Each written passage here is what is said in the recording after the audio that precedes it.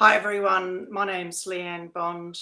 I have the pleasure of chairing a session today which is on artisan producers.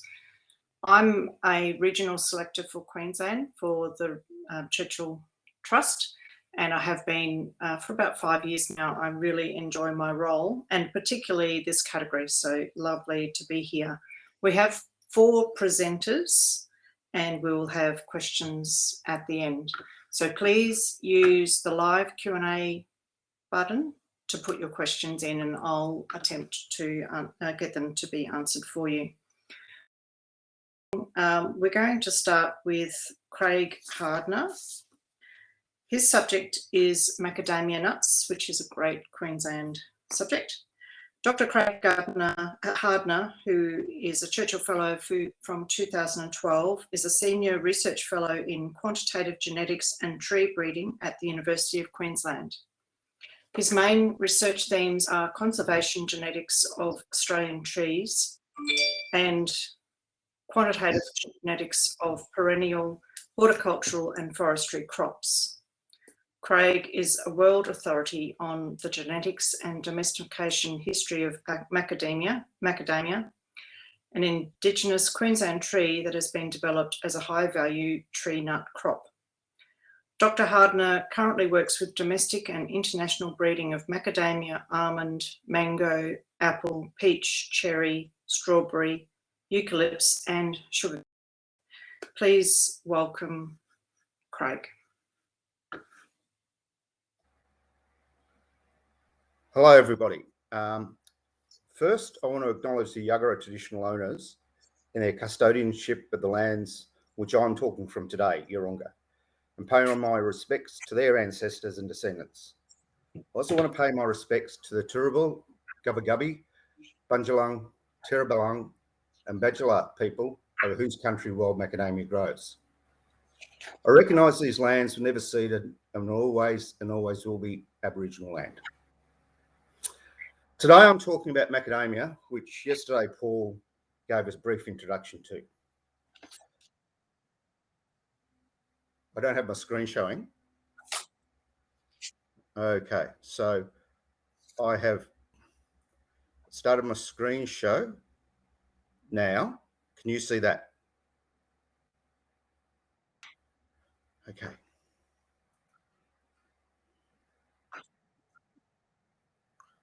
Okay, I probably didn't share, so that's probably the issue. I'm sorry about that, everyone. Okay. Okay.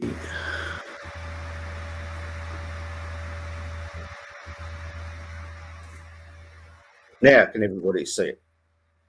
Okay then. Did everybody hear my first spiel? Yeah. Okay. Thanks a lot. Sorry about the technology, guys. So anyway, today I'm going to talk about macadamia. I want to talk about, first of all, what makes macadamia special, then give some highlights of my fellowship achievements, and lastly talk about some subsequent activities that have happened because of this fellowship. Okay, so macadamia. Let's talk macadamia. Now, I hope all of you have had a chance to eat some macadamia and appreciate the delicate flavour and texture of this fine nut. So what makes macadamia so special? Firstly, it's the only plant from Australian flora that has been commercialised as an international food crop. Botanically, macadamia is part of the ancient plant family Proteaceae that evolved during Gondwana when Australia was joined with Africa, India, South America and New Zealand. Hence, macadamia is related to Australian grevilleas, hakeas, waratahs and the South African protea. This contrasts with many other common fruit and nut crops we eat that were developed from species in the Northern Hemisphere. You may also know the shell of macadamia is very hard. The oil content of the kernel is about 72%, which is higher than any other nut, and the oil is the highest source of a unique monounsaturated fat, palmitoleic acid. Macadamia is the most expensive nut, and Australia is the world's largest producer of macadamia. In 2009, macadamia was listed in the top 10 of typical Queensland things as part of the 150th year celebration of statehood. There we go. Okay. So as Paul mentioned yesterday, macadamias grow in the subtropical rainforests in northern New South Wales and southeast Queensland. This map shows a prediction of the pre-colonisation distribution of macadamia in green and predictions of the remnant wild populations in 2014 in red. There are 4 species of macadamia. 2 are edible, Macadamia tetraphylla, which has beautiful pink flowers and red flushes and occurs mainly in northern New South Wales. And Macadamia integrifolia, which occurs in the rainforests from just south of Maryborough down to the Gold Coast hinterland. 2 other species produce smaller nuts, which are inedible due to their high cyanoglycoside contents, although you'd probably need to eat about 10 kilos of these nuts to die from cyanide poisoning. One of the inedible species is Macadamia Jansoni, and there's only about 100 individuals of this species that have been recorded in 2 gullies in the Bulbarian National Park north of Bundaberg. So this kind of makes it Queensland's equivalent of the Wollomine pine. However, in the 2019 fires that Paul mentioned yesterday, they seriously threatened these plants, although unfortunately in Queensland, no firefighters were flown in to protect them. As you can see from the predicted distribution, much of wild macadamia habitat has been cleared for colonisation. For example, today less than 1% remains of the original big shrub in northern New South Wales, which is Macadamia tetraphylla habitat. So if we'd been meeting at the State Library, I could have said just over the river in the Brisbane City Botanic Gardens is the Walter Hill tree, which is believed to be the first macadamia planted by Europeans. Walter Hill was the first curator of the gardens after Brisbane was opened up for free settlement. Now, apparently Walter Hill initially thought macadamia nuts were poisonous. However, he also thought that you had to crack the very hard shell of macadamia to extract the kernel for planting. So one day he asked his assistant to prepare some seeds. And when he returned the next day, he was very surprised to find that the assistant had eaten some of the kernel, but it was still quite healthy. The genus has been given its taxonomic name by the great Victorian botanist Frederick von Mueller, after John Macadam, who was the secretary of the Royal Philosophical Society of Victoria in the mid-19th century. Incidentally, John Macadam was also an umpire of the first game of Australian rules football. First Nations people called macadamia jindeli, kindle, and burrawong, and used implements to crack the hard shell. The first orchard planting of macadamia was in 1880 in northern New South Wales, near Lismore. Other smaller orchards have been planted around Australia until the expansion of the Australian industry started in the 1960s. So you may be aware that macadamia was initially commercialised in Hawaii. When I first started in macadamia back at the end of last century, even many Australians thought macadamias came from Hawaii. In fact, one of the Chinese names for macadamia translates to Hawaiian nut, unfortunately.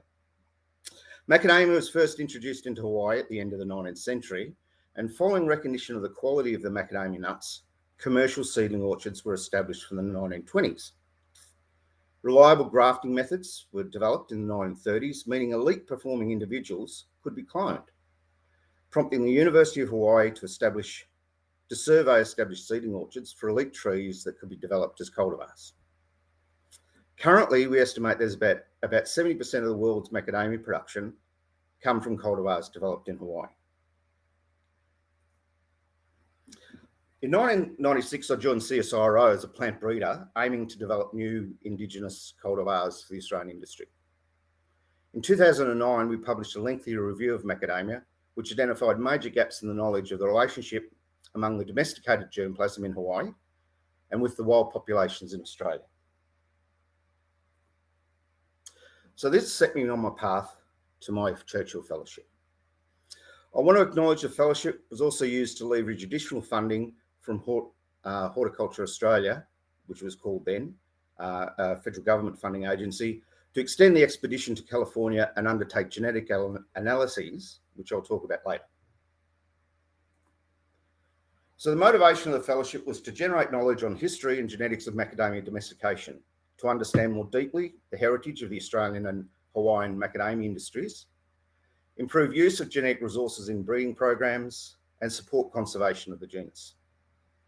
The key activities were interviewing Hawaiian industry members and researchers, reviewing archives and land records to locate old plantings of macadamia, visit these locations to verify any remnants of the plantings, sample from these remnants for future research, and build relationships with current industry members and researchers.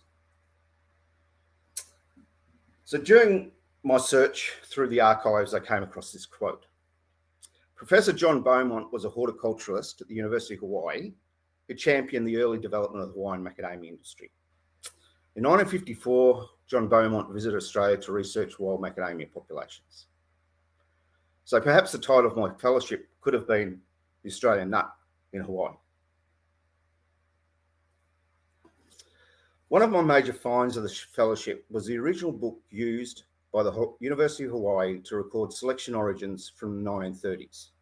Prior to this, what was known about the lineage of Hawaiian cultivars was secondhand from industry publications and hearsay. For each selection, this book lists the selection number, the seed orchard origin of the first generation selections that were taken from the seed orchards, and cultivars made from it, and parents of the advanced generations. This makes it the most important document for tracing relationships among Hawaiian cultivars and selections. Cultivars were commonly named using the indigenous Hawaiian language. Some of these, such as koau, kiaho, kia, and maka, are still planted in commercial orchards today. This selection book also helped resolve some identities of some selections. Here we can see that in 1961, an early Australian cultivar called Own Choice was introduced into Hawaii and recorded with the selection number 772.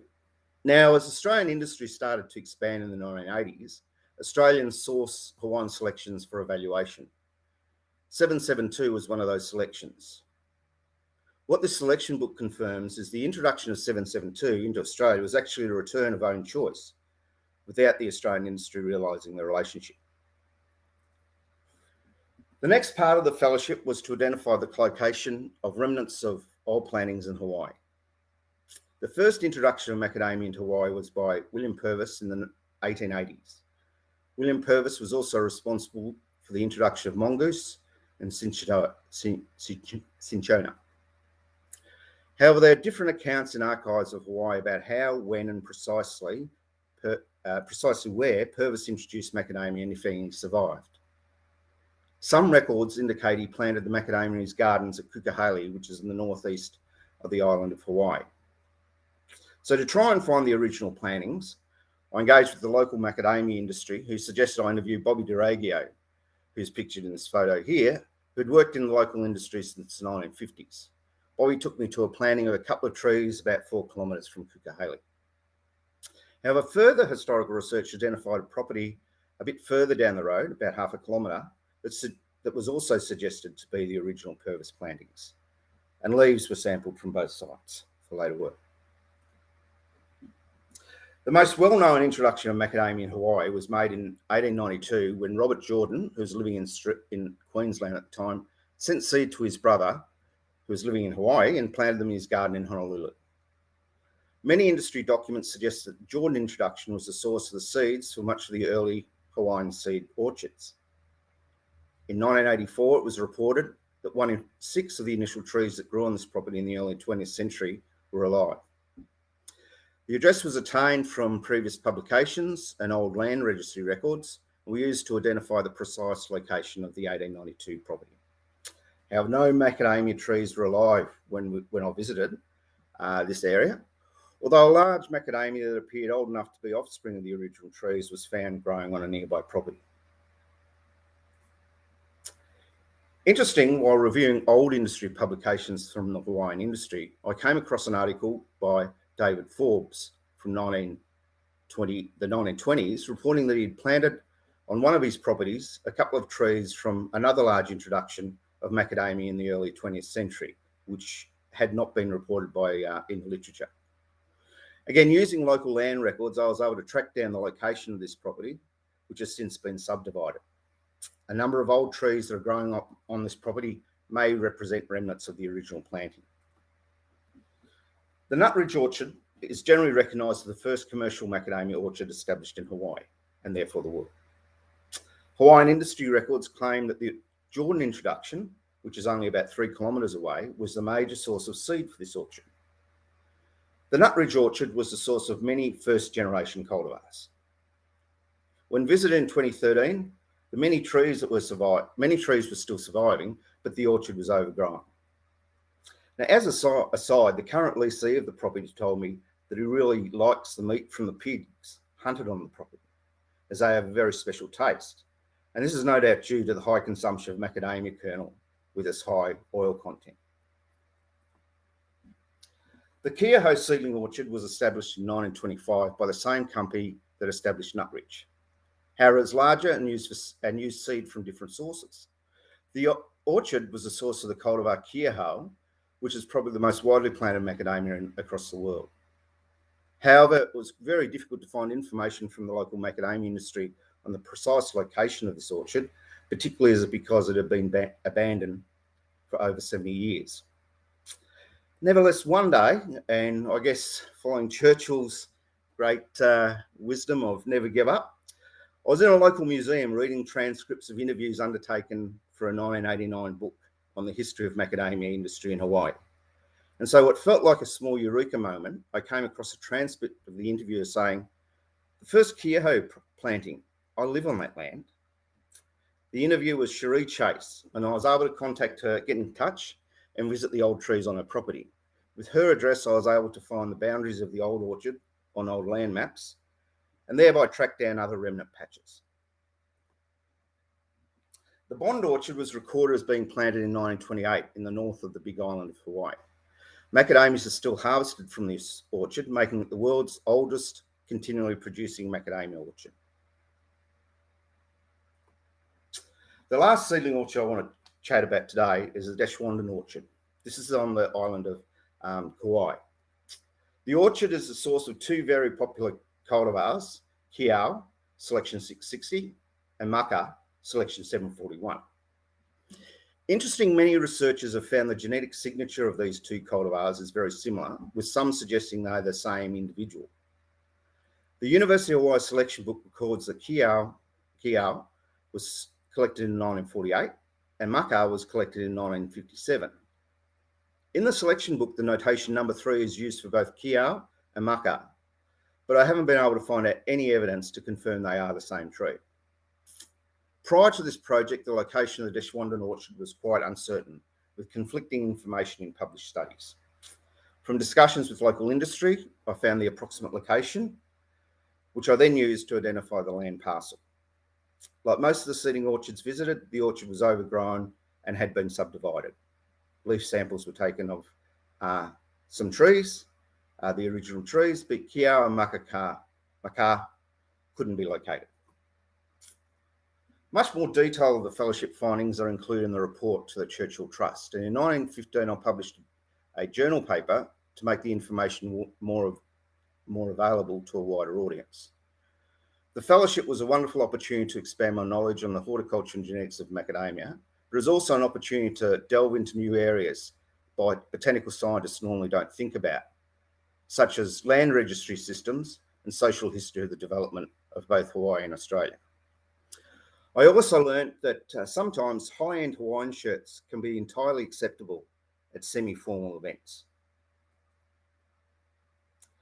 The improved knowledge of the history of domestication of macadamia in Hawaii and the collection of the leaf material from the remnant plantings that were undertaken during the fellowship provide an opportunity to dig deeper into the origin of the macadamia cultivars by combining genetic and social history research.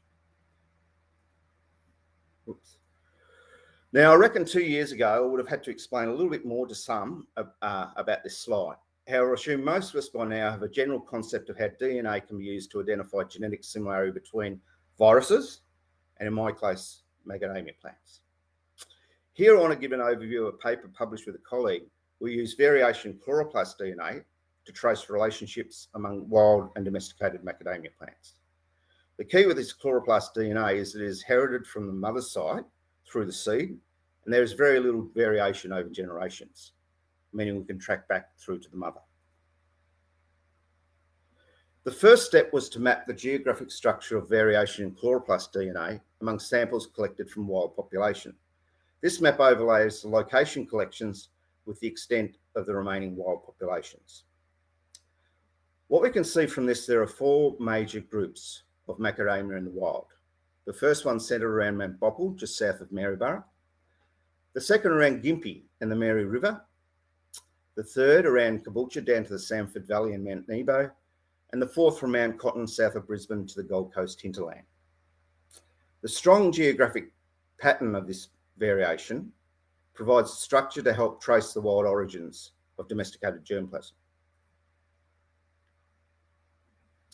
When the variation in cultivars and selections from Hawaii was compared to the wild variation, our main finding was the genetic signature of samples collected from what we thought were the original Purvis or a relative of the Jordan introductions, most samples collected from the Nut Ridge Orchard, and Hawaiian cultivars selected from the old seedling orchards were the same as individuals that were collected from the wild at Maloo, about 20 kilometres southwest of Gympie.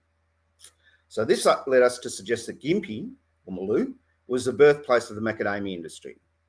This is a feature in the media release back in 2019 that attracted considerable local and international attention. The last part of this work I want to close with is what we found when we added other domesticated germplasm to this map. When we compared the genetic signature of the Walter Hill tree that you will remember I told you was planted in 1858 in the Brisbane City Botanic Gardens, an 80-year-old tree in my backyard at Yeronga, and a sample collected from a macadamia tree planted in the grounds of the University of California, Berkeley in 1879. What is really interesting is that these all cluster separately to the wild plant populations that were sampled recently for this study. If we remember how much of the habitat of macadamia has been cleared post-colonisation, this has led us to propose that many of the older trees in parks, gardens and backyards, both in Brisbane and across Australia, are a reservoir of genetic variation that has been lost from the wild but could be valuable for ongoing future breeding efforts. The Macadamia Conservation Trust is an industry and community partnership that has developed to raise awareness of the importance of macadamia and the threats to the plants in the wild, and supports efforts to conserve this iconic Australian plant. So in closing, I just want to summarise the outcomes from the Churchill Fellowship. The interaction with the local industries and the publicity of the fellowship has increased awareness of the social history and significance of macadamia both in Australia and Hawaii. Knowledge on the relationship between Hawaiian macadamia and wild populations in Australia has been used to better manage genetics of breeding populations and for conservation decisions. The leaf material collected on the fellowship was subsequently used by 2 students, and the fellowship has directly contributed to 2 scientific publications. And building on the relationships with the Hawaiian industry and the researchers developed during the fellowship, the first macadamia research conference since 1994 was organised in Hawaii in 2017. So with that, I'd just like to thank everybody that has contributed to this work, primarily Churchill Trust of Australia and Macadamia Conservation Trust. So thank you.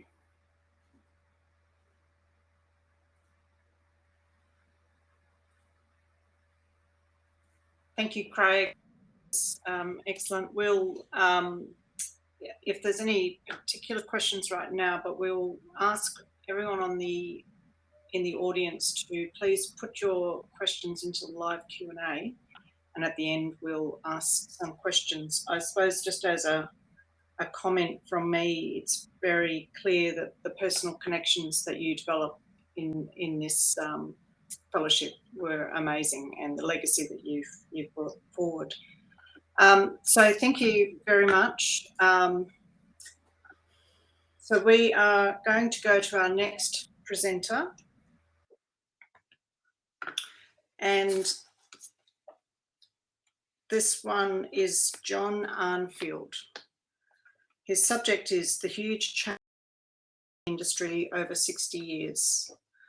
This is where we will really miss being in person, because I'm sure we would have been able to taste all of these beautiful products. John Armfield did his fellowship in 1999 and started in the baking industry as a 13-year-old apprentice at Penny's Bakery, later G.J. Coles, in Fortitude Valley, Brisbane in 1951. John held various positions within the industry, including owning bakeries, state manager of an international bakery ingredient company,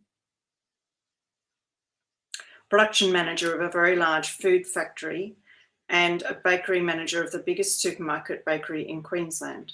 John's fellowship was in 1999 when he studied at the Chorleywood Food Research Institute in the UK with the very latest advancements in bread production, which he brought back to Australia and is now used in the majority of large production bread bakeries. Please welcome John.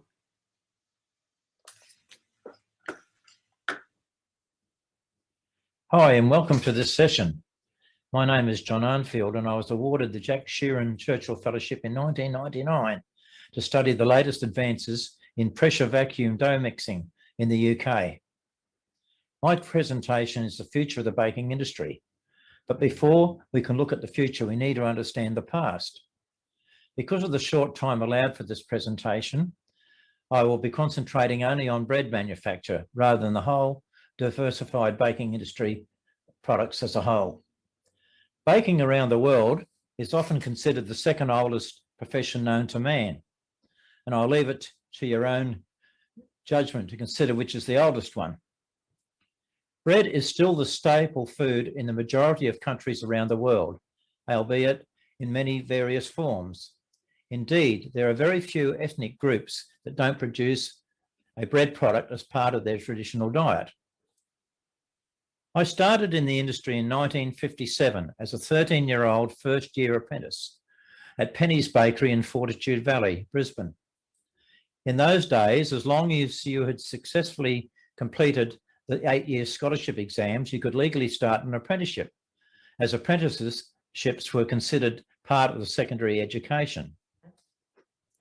The baking industry was nothing like it is today. There were no hot bread shops, in-store bakeries, or artisan bakeries. There were only bread bakeries and cake shops. Cake shops were considered luxury shops by the government at that time because of the shortages following World War II, and they had to pay 12.5% sales tax on all their ingredients with the exception of flour. This only changed in the mid-1960s. That meant if cake shops and bread bakeries were making fruit buns to the exact same recipe, the cake shop would have to pay sales tax on all ingredients except the flour, which was hardly a fair system. Cake shops were also not allowed to bake bread, only bread rolls. There were only 3 types of bread available at the time: white, wholemeal, and brown bread. Wholemeal bread contained at least 20% bran to white flour, and brown bread contained only 5 to 8% brown and caramel colouring. The major bakeries such as Tip Top and Buttercup were only just starting to appear, and most bread was baked by small or medium, usually family-owned bakeries. Jack Sheeran was one of the larger bakeries in Brisbane at the time and was eventually absorbed by the Tip Top group. The baking of bread was highly controlled by the government. No bread was allowed to be baked after 12 noon on Saturdays and not at all on Sundays.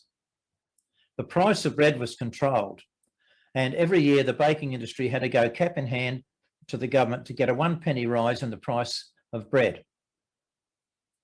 In the early 1950s, sandwich loaves were just starting to appear, as up until then, all bread was manufactured as either high top or half married loaves. The difference being the bread was divided in 2 pieces in the same tin and either was sold as a full or half loaf. Bread, we know, goes back many hundreds of years. It is commonly thought that the Egyptian bakers were the first to produce leavened bread. Up until then, bread was a solid mass, usually designed to be broken into pieces and dipped into stews and soups. It was thought that a baker had some extra dough sitting overnight and mixed it in with the next day's production. This extra dough had started to ferment due to the actions of natural yeast spores, and the loaves produced were a lot lighter than the usual ones. This is the basis for sourdough breads as we know it today. This process of fermentation gradually became the norm, and over many hundreds of years, bread became lighter in consistency and more like what we are used to today. As technology improved, it was found that if the doughs were left for around 8 or 9 years, bread of acceptable commercial standard could be produced. So why the long fermentation time? The reason for this is to allow the natural enzymes in the dough to act on the gluten and allow it to stretch and hold in the gases produced during the fermentation process.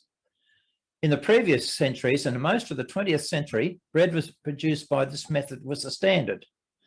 Doughs were either mixed by hand or low-intensity type mixers and then left to rise for 8 or 9 hours before the doughs were knocked back or degassed, weighed off, moulded, left to rise for a second time in the bread tins and then baked. This system was very costly. It took up a huge amount of room, especially in the big bakeries. The mixers used had removable bowls which were filled with the ingredients, placed in the mixer, and the mixing arm was lowered and the dough mixed for around 20 minutes. The arms were then raised and the bowl removed. The bowls themselves weighed around 100 kilos and the average dough was over 300 kilos, meaning that they were very heavy to move around. To enable the doughs to rise, proving rings were placed on the bowls and the bowls were removed into temperature-controlled and humidity-controlled rooms. In the larger bakeries, these rooms were huge. They need to hold up to 100 bowls of dough. The amount of floor space they occurred was immense. Dough makers had to start work 8 or 9 hours before the rest of the baking staff and need to be physically fit to move the heavy bowls around. The larger bakeries had 6 or more of these mixers in a row, and the dough maker consistently had to change over bowls and place the finished doughs in the dough rooms. When production commenced, one person was employed to move all the doughs gradually to the front of the line so that each dough was processed in the correct sequence. Now, there had to be a better way, and there was. In 1961, a research establishment in the UK called the Chorleywood Food Research Institute had been experimenting with the idea of mechanically developing bread doughs by imparting large amounts of energy to allow the gluten to stretch without the long fermentation times. Chorleywood designed a dough mixer which was unlike anything seen before. The mixer consisted of a large, straight-sided bowl with 3 angle protrusions spaced 120 degrees apart on the inside. The actual mixing was done by an electrically driven horizontal plate at the bottom of the bowl. The plate has a number of small vertical pins attached, usually about 4 to 5 centimetres high. It was found by experiment that this plate needed to spin at approximately 350 revs per minute. The mixer is basically a centrifugal pump. The ingredients are pulled into the centre of the mixing plate and then thrown against the protrusions around the inside of the bowl, only to fall back into the centre again. This action was repeated many times during the mixing cycle, which usually only lasted 3 to 4 minutes. They named this mixer the Tweedy Mixer. The produced doughs could be processed immediately and required no bulk proving. These mixers revolutionised the dough making process. Bakers no longer needed huge proving rooms. Many mixing bowls or machines or staff to have to commence work hours before the rest of the staff. Unfortunately, there were a few drawbacks to the Tweedy mixer. Firstly, the mixing process resulted in a large rise in dough temperature, far in excess of what the yeast could endure. And also, with the very large mixers that were being built, huge electric motors had to be used. The temperature problems were overcome by using chilled water and placing a water jacket around the mixing bowl through which iced water and glycol was circulated. By adjustment of the water and the water jacket temperatures, doughs could be kept at the optimum temperatures, which is around 32 degrees C. The electric motors problems were overcome by using high voltage motors, some of which ran at 3,000 volts on them to reduce the current required. Another problem with the Tweedy mixer was that the doughs quite often contained very large air bubbles which could appear in the finished dough. Chorleywood got around this problem by introducing a vacuum into the mixing bowl during the last 30 seconds of mixing. Potassium bromate was also used as an oxidizing agent, as there was not enough oxygen being introduced into the dough because of the short mixing times and the closed mixing chamber. It was used at around 50 to 70 parts per million on flour weight, but it was outlawed in Australia in 1990 because of the concerns it was carcinogenic if used for extended periods. The system produced very fine grained bread dough. Further developments in the dough technology saw the introduction of ascorbic acid or vitamin C at only 10 to 15 parts per million on flour weight to assist with gluten development. Other enzymes are also used today, such as alpha amylase, and also soya flour is added to provide softness to texture demanded by customers. Chorleywood passed this on to the baking industry, and small, high-intensity mixers, such as spiral mixers, were developed. These are the type of mixers that are used in small bakeries today. Mixing times are around 6 to 9 minutes, and like the Tweedy doughs, they can be processed straight away.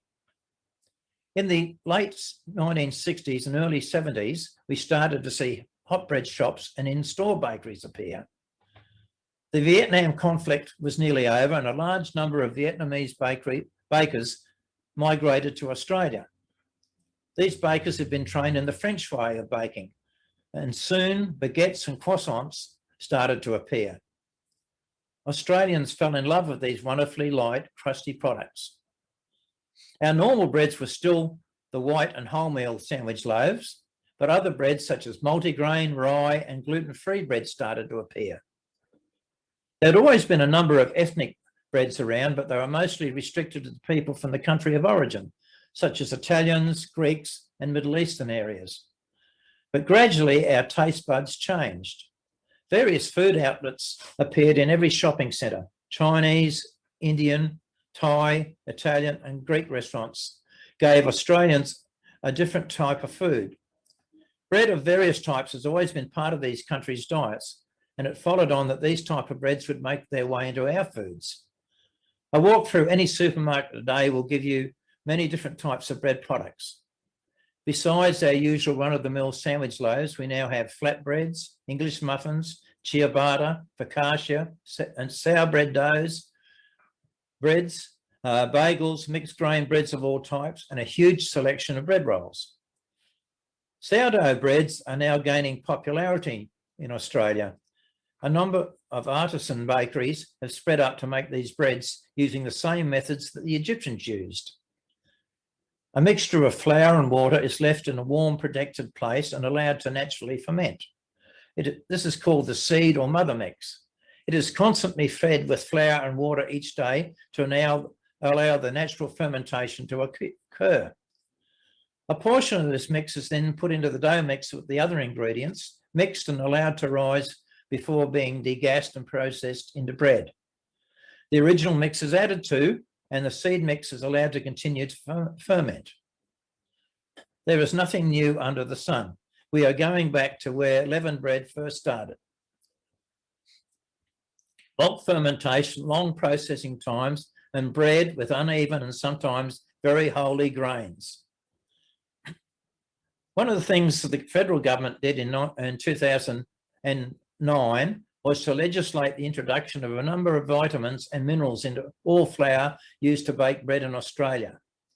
In September that year, flour millers were compelled to put vitamin B, thiamine, and folate into bread flour, and iodized salt has also to be used in commercial bread production.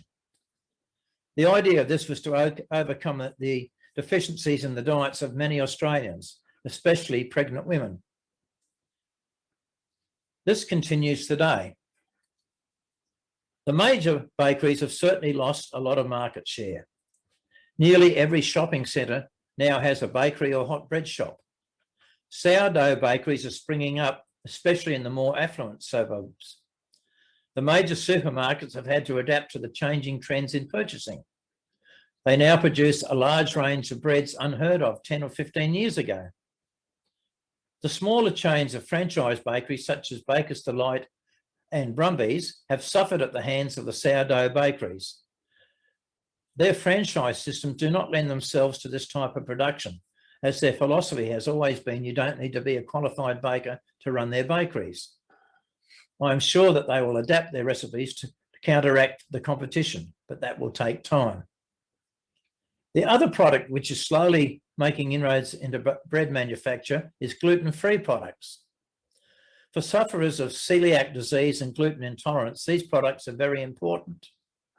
Unfortunately, there are no regulations at present in regards to the manufacture of gluten-free products, apart from the labelling of the finished items.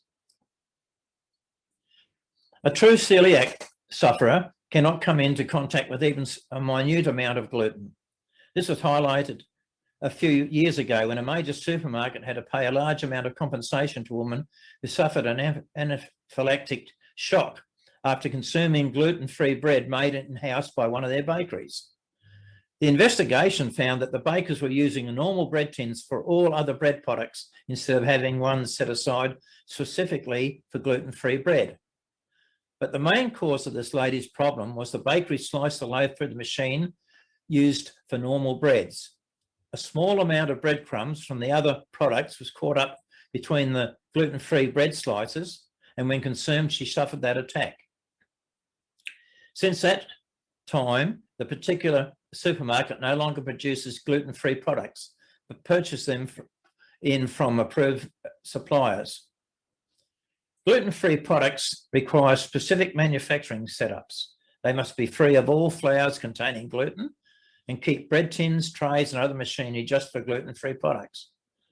Unfortunately, as there's still no regulations concerning the manufacture of gluten-free products, a number of hot bread shops and small bakeries are continuing to manufacture these products as part of their normal production. This has to change. Chorleywood has continued to be the leader in bakery technology. My Churchill Fellowship allowed me to learn about their latest developments. This was called pressure vacuum mixing. The main problem with the Tweedy Mixer is the dough produced with vacuum applied in the last 30 seconds produces a very fine grained bread. This is great for making sandwiches and is the type of bread we had grown up with. The dough produced is totally unsuitable for the production of baguettes and other types of open grain breads. Modifications were made to the mixer and a domed pressure lid was built to replace the existing one. This required significant changes to the mixer. New seals had to be placed on the mixing bowl shaft and a method of locking down the dome lid was built. Experiments were conducted over a number of weeks, and it was found that by introducing compressed air at about 3 bars at the beginning of the mixing process and reducing the vacuum time down to only 10 seconds, they could produce doughs equivalent to the open grained crusty loaves that the French love. An offset shoot of this process found they could reduce the amount of oxidizing ingredients as the compressed air assisted with this task. Most of the major bakeries around the world are now using this method of mixing as they can adjust the grain of the finished dough to suit their production. With the push to remove plastics from our planet's bread, manufacturers are looking at ways to achieve that aim. One very large manufacturer has already started replacing the plastic clip used to seal the bread bags with one made of compressed cardboard. This is a small step, but at least they're taking the problem seriously. When sliced bread first appeared in the marketplace in the 1950s, it was wrapped in waxed paper wrappers. Eventually, the demand for longer shelf life appeared and the change was made to plastic bags we know so well today. Major manufacturers are looking at alternatives to these plastic bags, and one suggestion is to go back to the paper wrappers. There are a number of problems with this. The current slicing and bagging machines are capable of producing over 3,000 loaves per hour, whereas the old style paper wrapping machines were only capable of achieving around 1,000 loaves per hour. The paper wrappers were fairly fragile and could be torn if not handled correctly. The wrappers used a paraffin wax coating to both seal the wrappers by melting and then solidifying the wax to close the wrapper.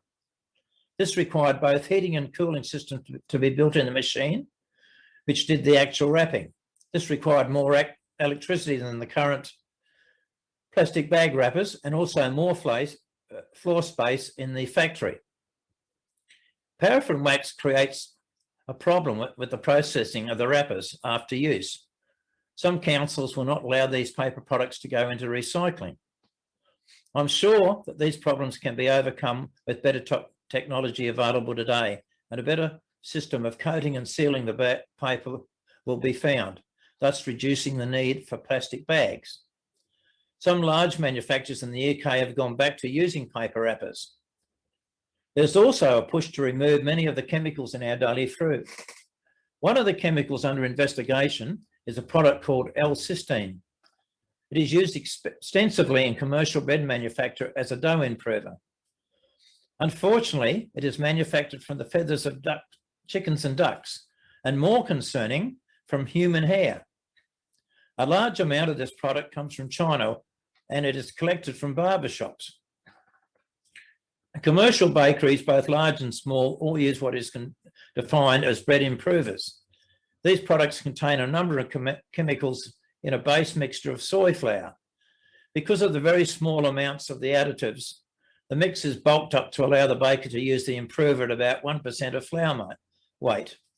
These improvers consist of alpha amylase, vitamin C, which is ascorbic acid, L-cysteine, and amino acids, which is 920. Governments are continually reviewing food additives.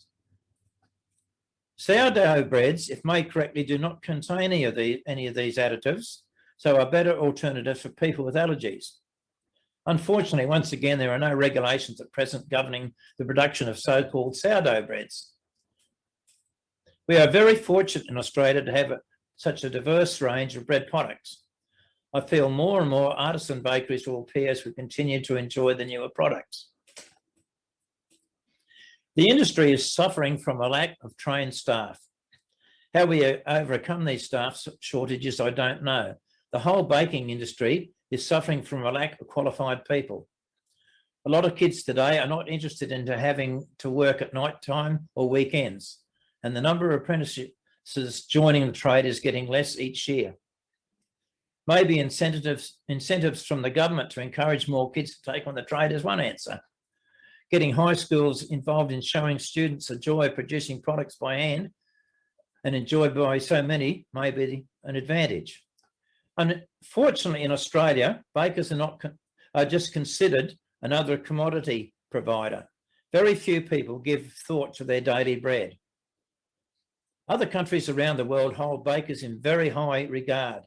Countries like Germany, most of Europe, and Japan give their bakers a prominent place in the society, especially in villages and towns. As a trade, we are always receptive to any suggestions. Thank you. Any questions?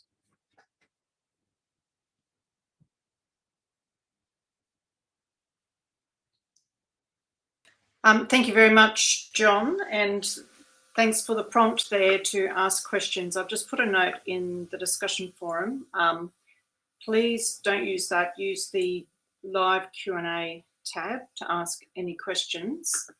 Unfortunately, John, you may have noticed that was actually a pre-record. We've got a few people who have not been able to do a live presentation, but I will ask those questions of him offline and get a question back to you. So Kelly asked him a question, do you have a favourite type of bread? But we will find out. Absolutely fascinating, and a few questions that I'll do at the end. So we have, I believe John and his wife will be attending the dinner tonight. For those of you who will be there, you can talk to him. Our next presenter is Elaine Bradley. Elaine will hopefully join us for Q&A, but her presentation is a pre-record. She's having some trouble as well. Elaine Bradley has worked in community-based farm and food cooperatives in Queensland's Mary Valley since moving there more than 25 years ago. Previously, she worked in community support roles in Western Australia, and before that in biological research. In 2012, Elaine used her Churchill Fellowship to investigate rural communities in the United States that have rebuilt local economies by supporting networks of small farmers working together. Elaine is currently the operations manager of the Country Harvest Cooperative, as well as running her own family's market garden. So her subject is food security and emerging small-scale food supply networks. Thank you. Hi, I'm Elaine Bradley and I'm in Queensland. And in 2012, I completed my Churchill Fellowship on the topic of rural communities that have rebuilt their local economies by supporting networks of small farms working together. I've always found a lot of joy and inspiration of working with groups of people. And when we moved to our farm in the subtropical region of the Mary Valley around about 30 years ago, there were a lot of opportunities to be part of community building, of land care and in sustainable agriculture activities. And I honestly believe that it is this working together that brings cohesion and stability to communities. In 2006, my region was greatly impacted by a major infrastructure proposal which would disrupt and fracture the communities until it was abandoned 3 years later. So there were no second thoughts when it came to wanting to be part of a team that would seek ways to rebuild our communities and work with these changes that were coming upon us. So to set the picture, the Mary Valley lies about halfway between Bundaberg and Brisbane in Queensland. It's a subtropical area with a mosaic of landforms and soil types. It's better suited to mixed farming than to broader acre cropping or grazing. Apart from on the limited flatter floodplains. Over the past 150 years, there have been many short-term bursts of successful farming enterprises, but the trend over the last 25 years has seen grazing replacing dairying and part-time farming replacing the larger commercial holdings. So that large infrastructure proposal was for a dam on the Mary River, around about the middle, just to the right of middle on that picture, which would affect around about 14,500 hectares of land and displace about 600 properties, of around about which 2/3 were active farms. Almost 500 of these properties were resumed before the proposal was disallowed by the federal government environment minister, and the properties were then released shortly after. And this allowed then for the process of rebuilding to begin. So a series of community forums followed after that determined that agriculture should be one of the pillars for rebuilding the communities. So the first step was to interview around about 100 remaining farmers to gauge their intent to resume or to continue farming, what were their constraints, and the recommendations for re-establishing a strong agriculture base again, and also for potential opportunities. So following on and using those recommendations came a desktop review on the formation of a local food hub, which would coordinate marketing, sales and distribution, and to produce an identifiable logo which could be used to partner with potential agritourism opportunities. So during this research, I was inspired by some alternative food supply systems that had been established overseas, and found some examples in North America that had undergone similar experiences of rebuilding following social and economic collapse as a result of government policy. Well, this was exciting, and I wanted to do what they were doing, and I definitely wanted to see how it was being done. So my successful Churchill application brought this to reality. And I don't know if it was my boundless enthusiasm or the basket of unusual fruits that I brought in that swayed the panel. But in a fairly short time, I was off to the Southern Appalachians of North Carolina and Virginia to visit with the three major organizations that I'd identified as being the drivers of such positive change. That I'd never done anything like this before, off by myself to a faraway place, not knowing anyone or anywhere, apart from what I'd gathered from the emails and the websites. So what better way to experience all this newness than in an old blue combi who was nicknamed Hula after my traveling companion on the dashboard, and a quick lesson about driving on the other side of the road from her nervous owner. So the journey begins. I had my topic, I had my plan. And on my way to visit my first organisation, I happened to stop at a farmer's market and chanced on a group of farmers who'd been founders of one of those three main organisations 35 years previously. So instead of just passing through, I ended up staying 3 days, visiting a dozen farms in the area, and each one of which had a story about what and who had contributed to the area's successful rebuild. So that was pretty much the format for the entire 2 months of my trip. I'd meet with a key organisation, visit a group of farms, visit other organisations that were part of the current story, be introduced to links with other farming communities. So the reality was 70 plus farms, 19 farmers markets, 9 farm co-ops, 3 farm incubators, 13 teams of extension agents and farmer training, and more than 20 agriculture support organisations. But towards the end of my trip, I also attended a farmers conference with about 600 other farmers. And it was at one session that I heard the phrase that beautifully summed up everything that I had learned in that trip to date. The more tangled the web, the stronger the organism.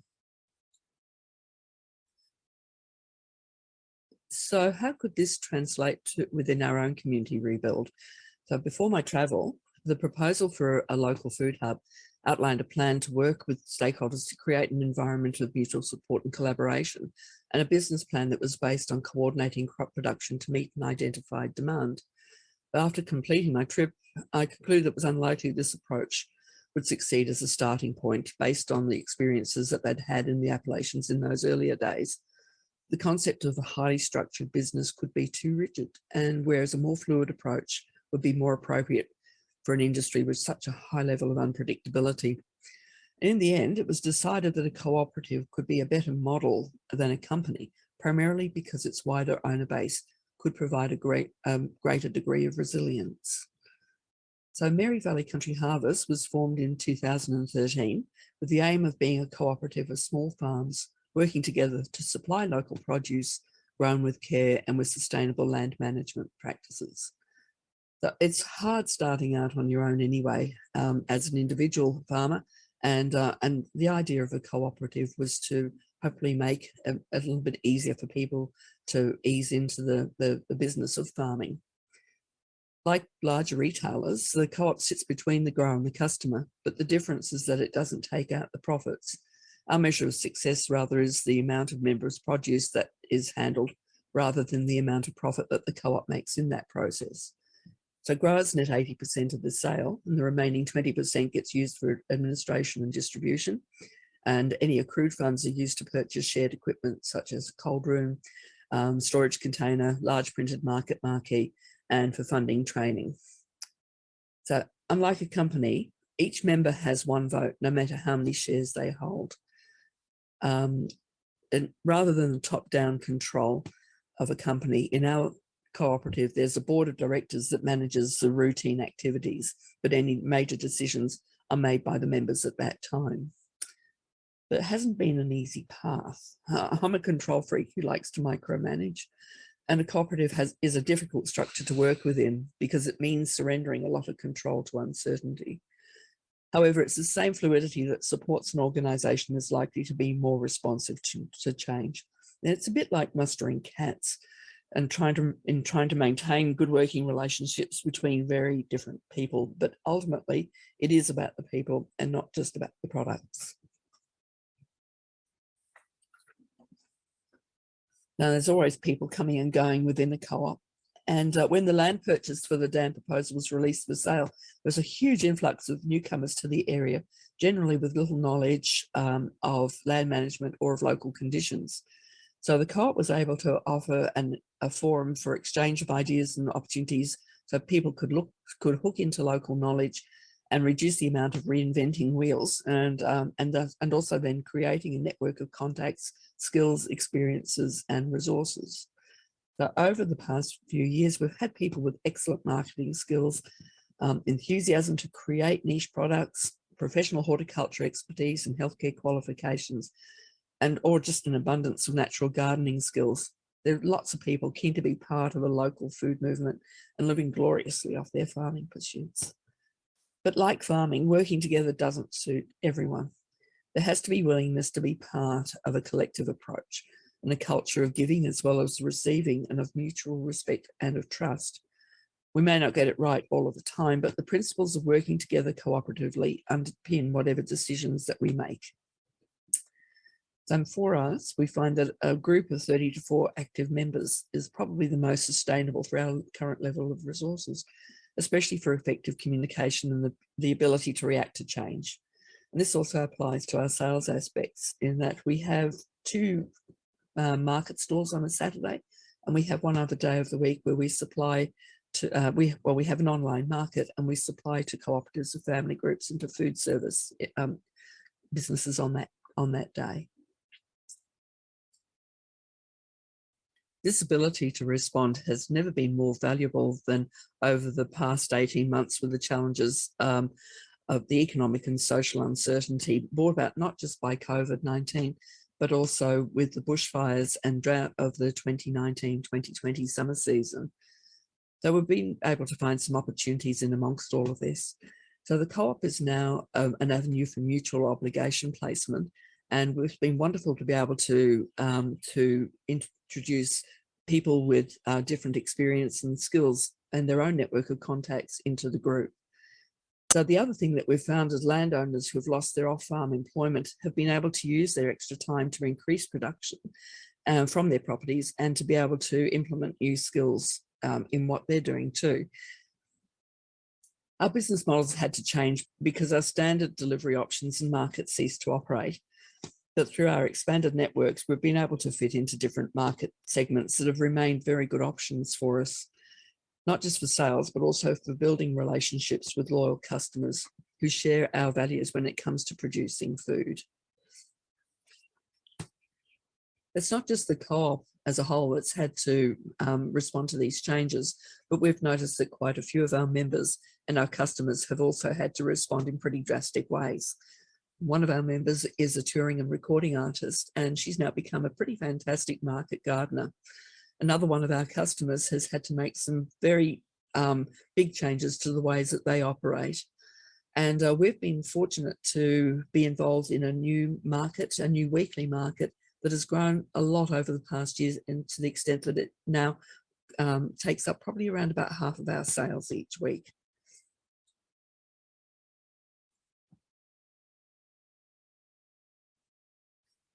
It's not just the changes over the last 18 months, but we've also recognised that we need to adapt to long-term and progressive changes that are likely to affect the ways that we produce and supply food.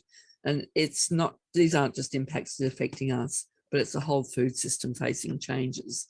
There have been numerous reports in the media recently that sort of shows what's been happening in the food producing areas throughout Australia.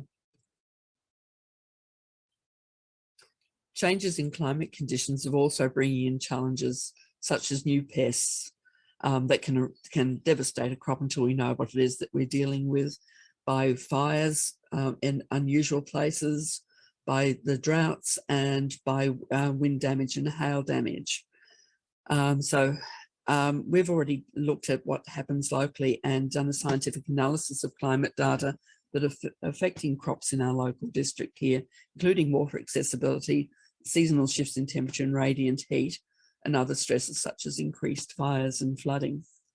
But water ultimately is the most limiting resource for farmers. So without access to water, there can be no crops. So we've been looking at different ways, or more efficient ways that we can store and use water, such as enclosed tanks and using trickle tape irrigation rather than relying on overhead watering. And we've also been looking at innovations in other places that have a lot drier conditions.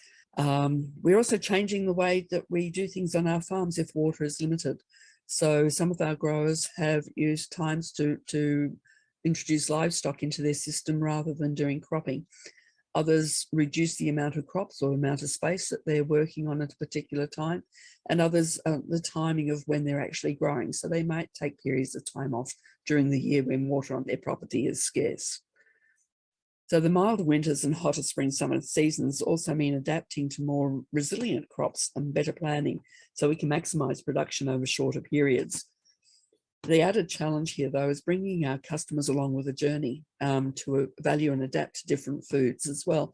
So bringing in the tropical greens rather than the ones that they're used to, and and sort of bringing in alternatives to the staple crops such as the potatoes, onions, carrots and broccoli that are generally available in the shops all year round, but may not be able to grow at these times. So with our customers, we introduce to new products through what they get in their bags, with a recipe sheet explaining what goes on with them and how they can use them best. And so that they get the grasp of what can be grown seasonally. As our customers also have to deal with seasonal change as well. And one of our groups was particularly challenged by having bushfire affecting where they do their delivery points, and a week later being affected by flooding. So both their and our delivery methods to the particular place had to adapt at that time.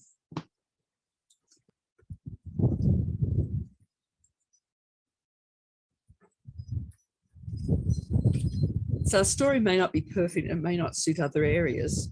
And what we've got here is just one example of how to develop a food supply system that's responsive to change and has a high degree of resilience.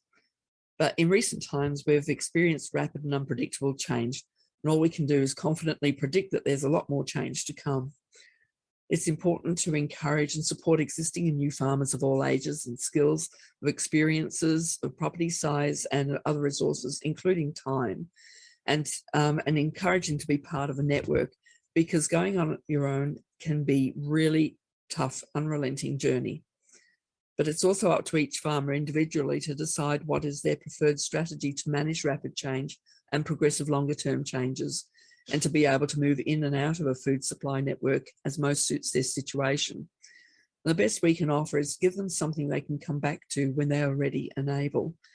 It's this ability to be flexible individually and as a network that gives it the strength to respond and to change and to persist. And it brings it back to that full circle of what I learned over in my visit over to the Appalachians, was that it's the more tangled the web, the stronger the organism. Thank you.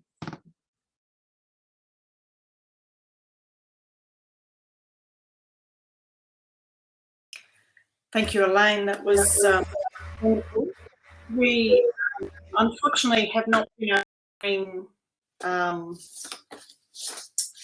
Trevor in, but we will now start a Q&A. So can I please ask everyone that's online at the moment, if you want to ask a question, please go to the live Q&A tab and please identify who you would like me to address that question to.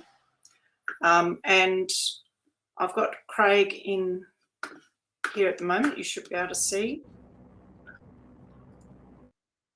And I'm not sure if Elaine is there, so she's been having some trouble with her connection. I'll start with you, Craig. So fascinating talk, and we're definitely showing the Queensland connection with these talks. I think one of the questions for you and Elaine that comes up to me is the role of planned versus emergent strategy when you are setting out on your journey in your Churchill fellowship. So did you have a really clear idea exactly what you're going to do and you delivered that, or how much did it change once you got into that area? We just can't hear you at the moment. Just try unmuting again. You're right. Hear me now? Yes. Right, yeah. Sorry about that. So I think that's a really good question. And I guess, like my perspective has been as a scientist in a, at a university or CSIRO where one puts forward proposals and has milestones and delivers on milestones. But certainly my experience was it's an evolving process, the fellowship, and even such that I actually went back in 2014 and did some more work on it because, I was going to the States and I spent, another 4 weeks there. And, just for my work, it was finding those little tidbits of information that sort of would connect me to someone. So, and Elaine sounds very much the same. So I guess it's useful to have this big picture. And then getting back to that, that the Churchill quote of "never give up." But yeah, those fellowships are really quite exciting. And your video's breaking up, but can you speak? We'll just see if we can hear you. I can ask you some questions. Can you hear me? Yes, we can hear you. Did you have a comment on planned versus emergent strategy? I got that one from your quote, actually. It looked like you had a fair bit of serendipity.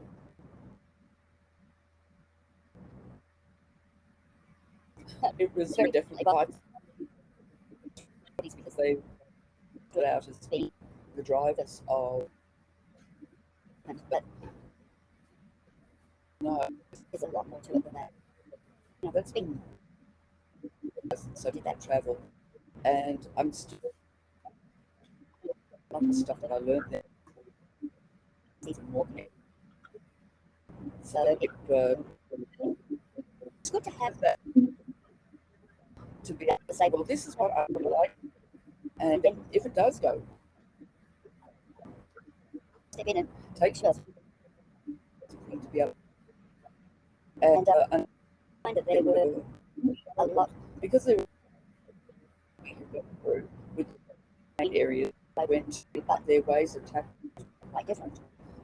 It was good to be able to them together. I then also to that as well that weren't sort of taken into account, have been used other aspects of that community. Thanks, Elaine. So we can hear you. I'm just thinking maybe just turn your video off so it doesn't try to get on. I've got a question here for Craig, and I think it goes to one of the other issues that I have picked up is just regulation and supply chain issues.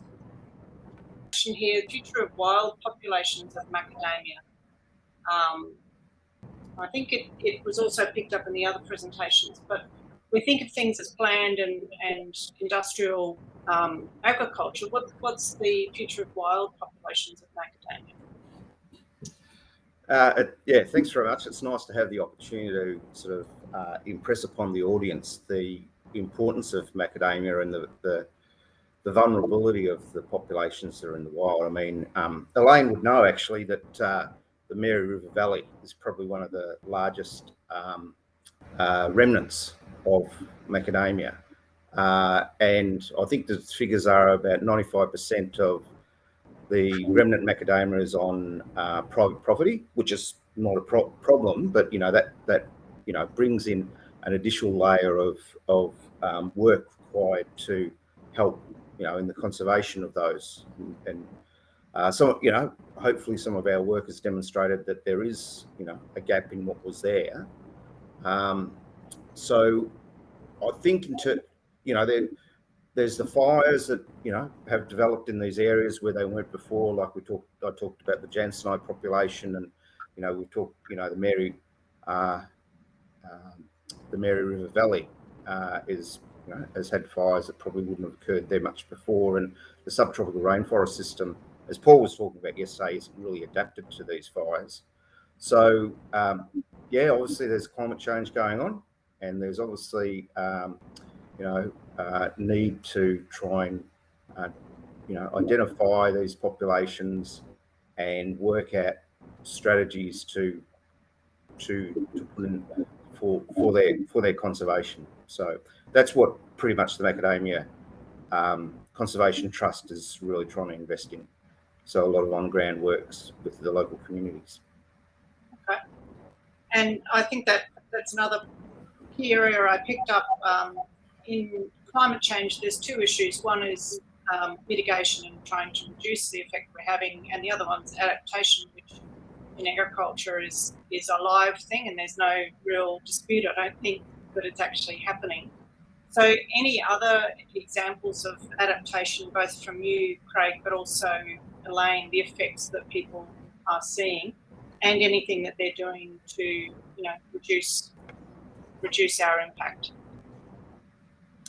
So if Elaine's on, I'll let her have a chat, but I'm not sure that she's on so much. So certainly, if she's able to get on, break. Elaine, are you able to speak? Really Um, interesting. But go for it first, Craig, Really that's fine. interesting. Oh no, you go for it, Elaine. That's fine. Did you hear the question, Elaine? Yes, about adaptation. So I suppose in terms of so looking at it from a market garden, there's been a lot of needed in what we grow. and as I mentioned, matter of growth, but also bringing the customer along on experiment Acting to using to a different diet. So we're trying we're growing. and how we're growing, but An example we might be able to bring in. so Through some, even though our customers might want baby spinach, we can't grow that, and so it is more of the subtropical, that grow really well.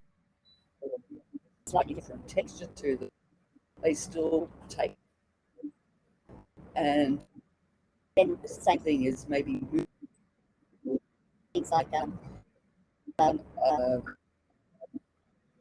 one's a little bit hardier. and certainly in the months that we have find things that The kales and plants that grow marvelously well during summer here. that gap. But as I said, the main Struggle, I suppose, is know how to use this with. And just following on, there is a question from Maura Solly for you, Elaine, before I go back to Craig. Do you have recommendations for green veggies to be grown and eaten in southeast Queensland that our climate can support? So I suppose back to what is currently possible, and how do people find that out, I suppose? And I suppose when we take like coconut or spinach, which is a that can take the place of normal spinach and so forth. Lettuce, open varieties and form ones like iceberg. So looking at things that are a little bit easier to grow. So timing spinaches and so forth, ones that sort of say Indonesia and Hawaii and so forth, are really growing here in a, and we look to win right times when we can grow more traditional grains. Okay, back to Craig. But Any it's further also- discussion? Go ahead. It's just basically it's also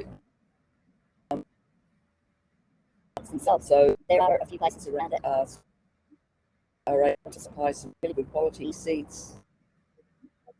Particularly some Seed places aligned permaculture groups around Southeast Queensland where we're using to that and utilize.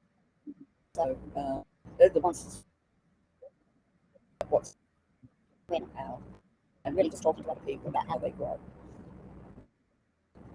Okay. And Craig, Yeah. any other? Yeah, sure. Look, I'd like to sort of offer a different perspective. There is for tree crops. So, you know, what Elaine was talking about is really exciting short-term adaptation to changes.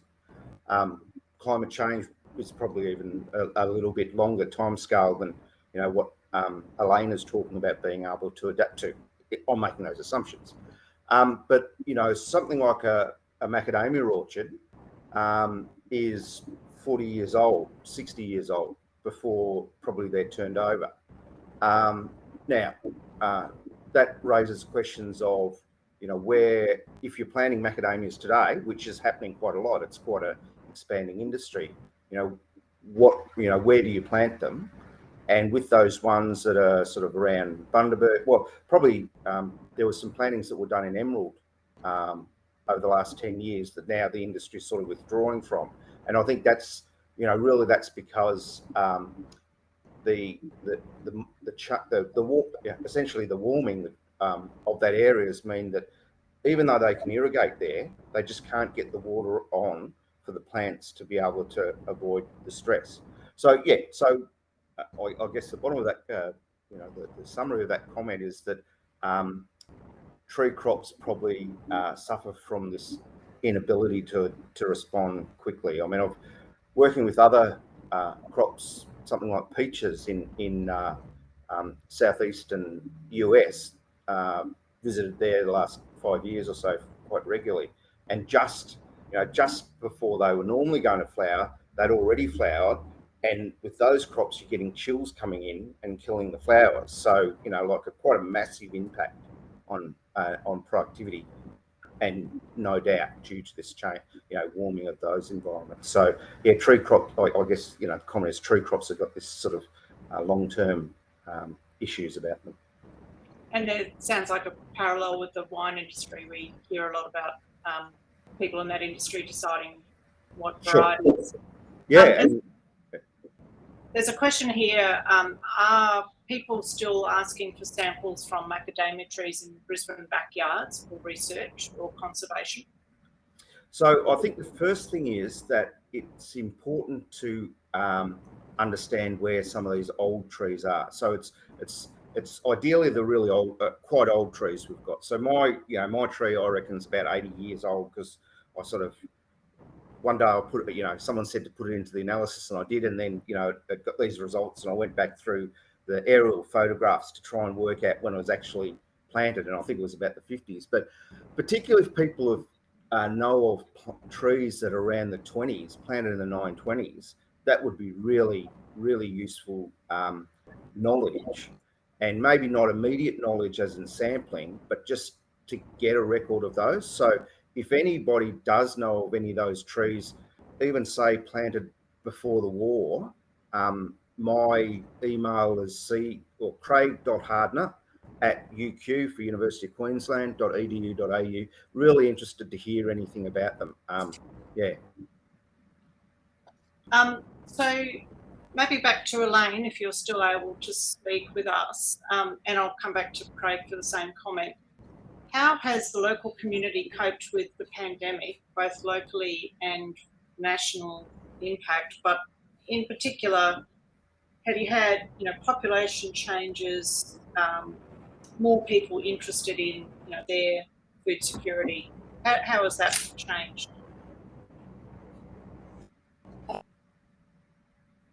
My community's small, so where I live, there's only about 50 families. In the surrounding areas, there might be 100 to 200 families. And outwards enough or unconsciously quietly withdraw. March, April last year, to just say, look, we're just sure that we're all safe. And just locally here called social, so that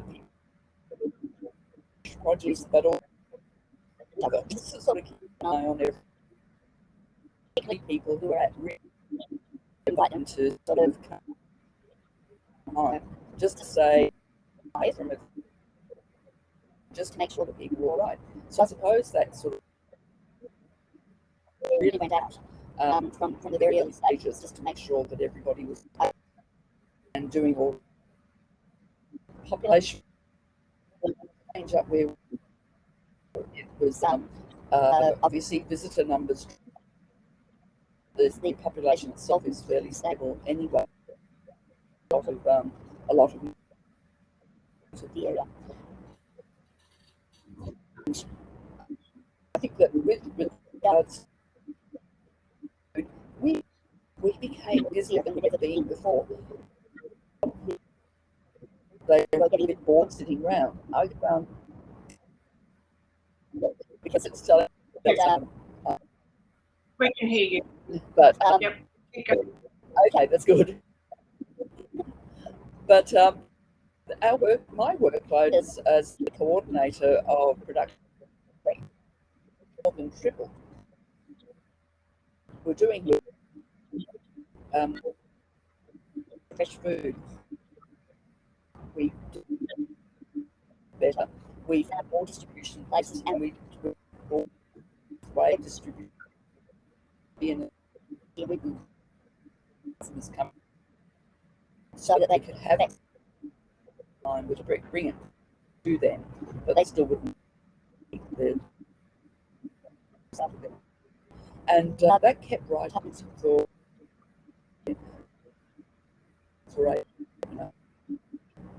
and then it sort of dropped back a bit. We found out at and have increased. Can I ask Elaine a couple of questions to sort of delve into that? Yeah. So just wanted to pick up on the move, the opening up again.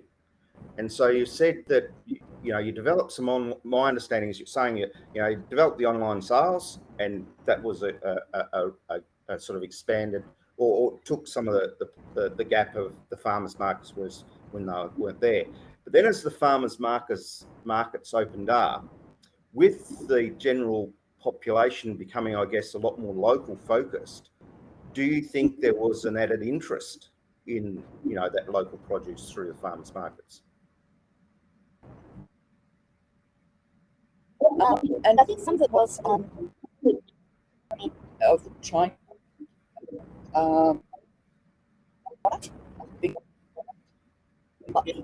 what we were doing. Trucks haven't been able to get into the local area with produce. Suddenly we're getting lots of phone calls. What do you have? Can we come? And I think that sort of came up very strongly. And these people say, well, we can get out to do that. And we found that our online, once people could get out and about, sales back to their pre-COVID levels. As I said, the attendance at farm went right. Main high. And I guess, look, yeah.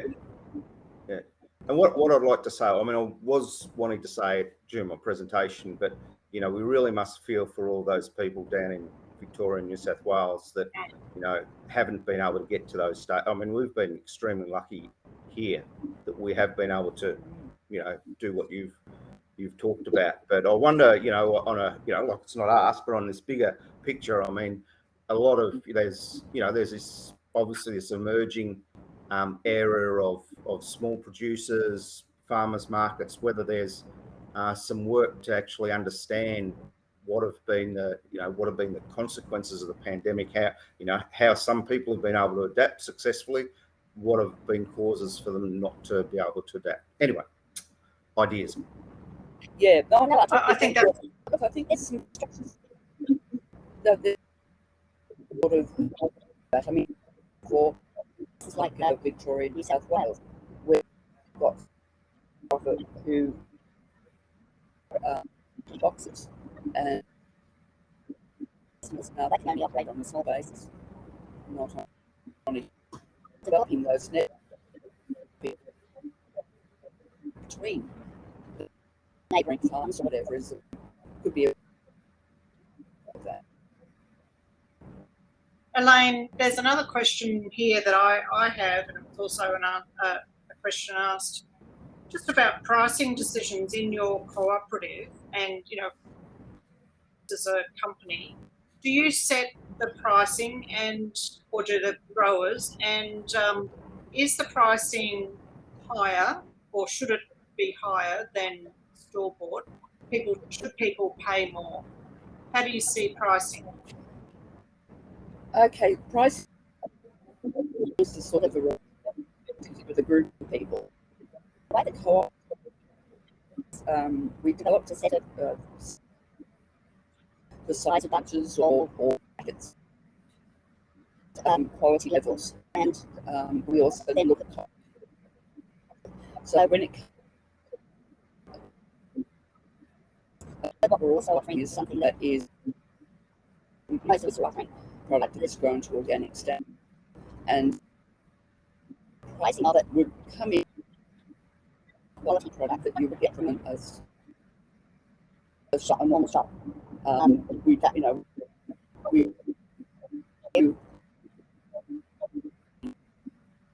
well, we're growing this organic, therefore we can get the best price ever. This is a cost of production, and this is a fair profit, so that being covered cost of production, and it's fair for the consumer. They're not being taken advantage. And what we do keep an eye on what pricing is happening around, but generally fluctuate like in a market. We might pay $1 this week for lettuce in 3 weeks' time. So we would offer a standard level so that the consumer is going to their budget. They can just basically say, well, that's going to be the same price this week and next, and so forth. Yes. I think accessibility, it's not just people who can afford a high-priced product that should be able to access it. So I understand that. Is there any other comment that you wanted to make on your model and how that could be applicable across Australia and New Zealand, I suppose? And also to Craig, using tree crops, models in Queensland or Hawaii. What are the future of this agriculture? Do you see your model, Elaine, being able to be scaled up, or will it always be small cooperatives? I think it'll be, as we said, this because that's the easiest thing to do. But so saying, we probably have 150 to 200 items of that. The limiting factor would be the administration of it. So, in terms of it's not a standard package on the market for many suppliers, this many based together, but there are quite a lot of models, and I think that we're all, depending on what the growers' needs are and customers' needs are, so very good model there, but people shouldn't just okay, here's a model, follow that, and a number of different models. This situation. Yep. And Craig, do you see any changes coming?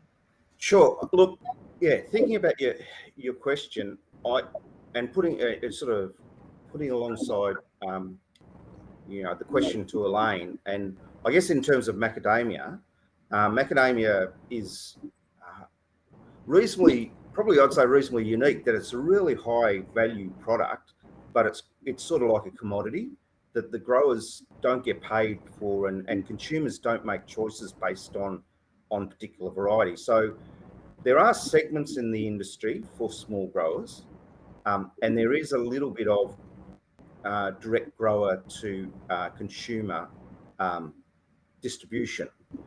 But the industry is a very profitable industry at the moment, and I can see that it will continue to be very profitable. One of the stories I have from it's 15 years ago, but I'd imagine that it is now, that there was a high price for macadamias about 15 years ago, and one of the processors said they were paying their salespeople to lose customers because they just didn't have, which would be a really nice situation for all agricultural producers to be in. But I think that's sort of like, an indication of what the growth in the industry is like. So I think the adaptation in macadamia is just going to become more industrial, really, that it's not going, there's going to be a place for artisan products in the processing of macadamia, but not a large market direct from the grower, is my judgment. and we're not going to see different varieties like we do avocados marketed. It'll be more different varieties because they grow better in a particular area. Yeah, look, the big thing, like, yeah, obviously working on breeding, you're trying to improve grower profitability, and the major driver is yield.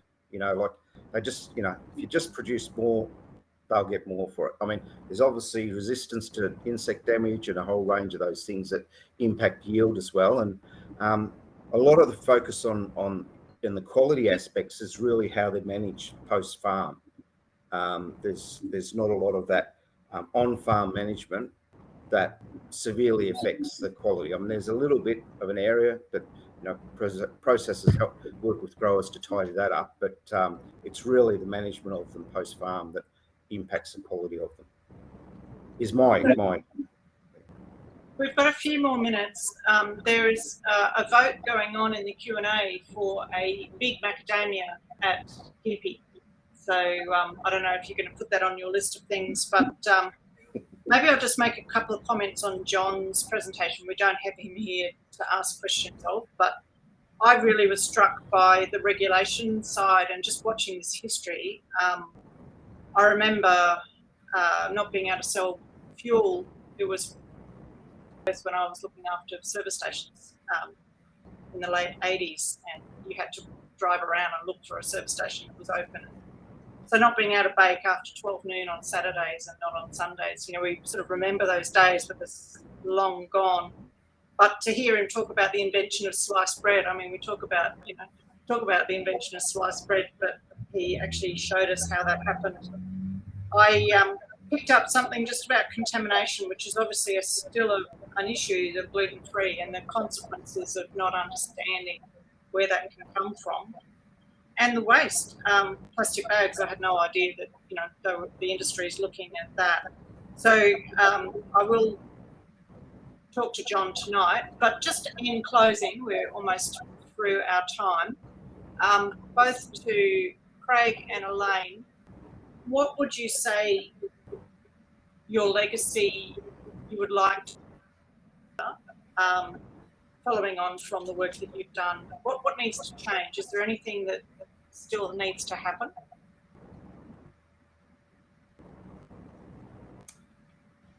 So I went first. So good. Go on, Elaine. Yeah. No. I was collecting my thoughts, so it's great you jumped in. Okay. On the big of where we're at, because it's been it's been taking us about 5 to 7 years to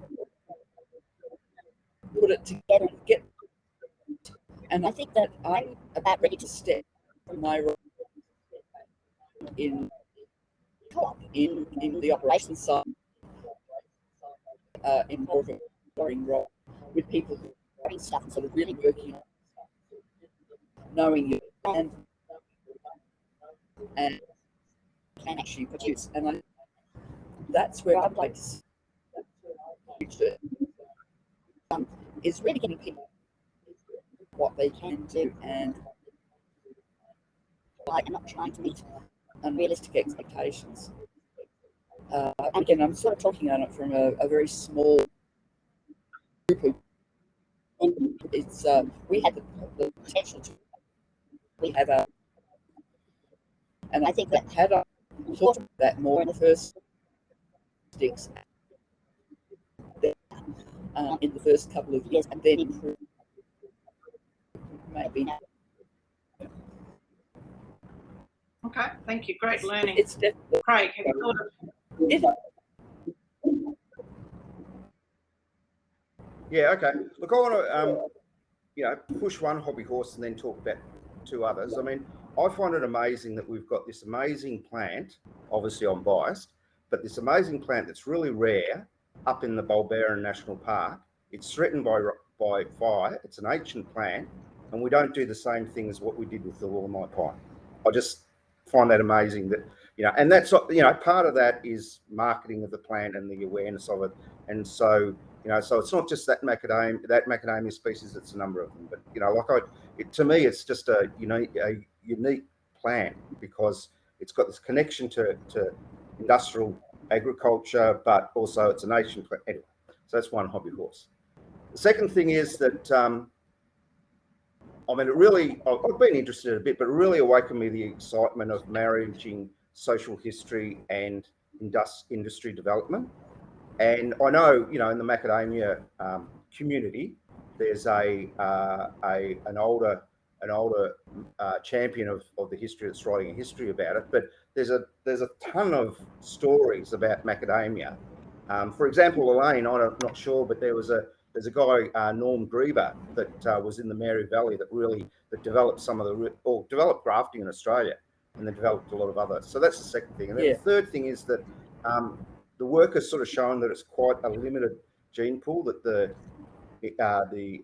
current commercial cultivars are from, and so there's obviously a role for genetic improvement there. Yep. Just on the social side, is there a link between the Hawaiian plantations and the Queensland, or are they just very independent as far as the social side, the networks? Oh, look, I think I'd like to say that 2017 conference we had helped bring the industry together more. The Hawaiian industry is probably occupied by several major players, and also it's declining because of real estate prices. It's amazing. Well, Kauai is an amazing place, but it's an amazing place where they grow macadamias. They grow it on old lava flows, which, you know, we expect to grow macadamias on soil here, but they can grow it on rock. So there are links to answer your question, yeah. But I think, and actually, that was another thing that struck me going there, that they invest in their archives and their social history much more than we have in Australia. Trying to find some of that information in Australia would be much more challenging, I think. So I think we're a couple of minutes out. I'll just wrap up. I mean, for me, thank you both very much, and also to John for the presentations. Elaine, I'll definitely come up to Mary Valley and visit your co-op, but Craig, I think I need to go and find this Deshwanden Orchard that was planted in 1924 and see if there's any family connection to that one. So once I'm allowed to go to Hawaii, I'll have to go over there.